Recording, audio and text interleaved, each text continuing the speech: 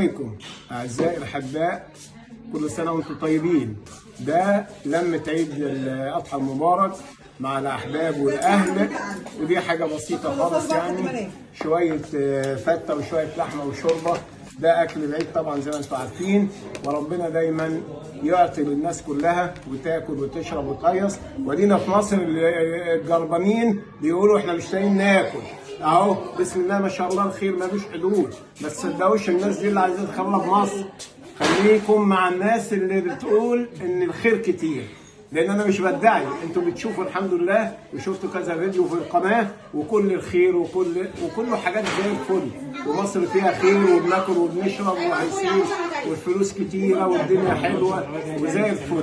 واهم حاجه الامن والامان، ده اهم حاجه. وما العسكر يقول لك العسكر بيضحكوا عليكم، سيبكم من شويه المتخلفين دول.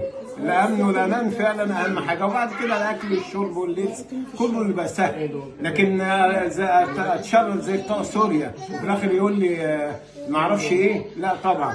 والجيش تحيا مصر، تحيا مصر، تحيا مصر. انا عن نفسي بحب الرئيس السيسي وعامل انجازات في البلد لا حصر لها، وربنا يبارك لنا فيه ويديله الصحه، وان شاء الله مصر هتبقى من افضل دول العالم. والسلام عليكم ورحمه الله وبركاته.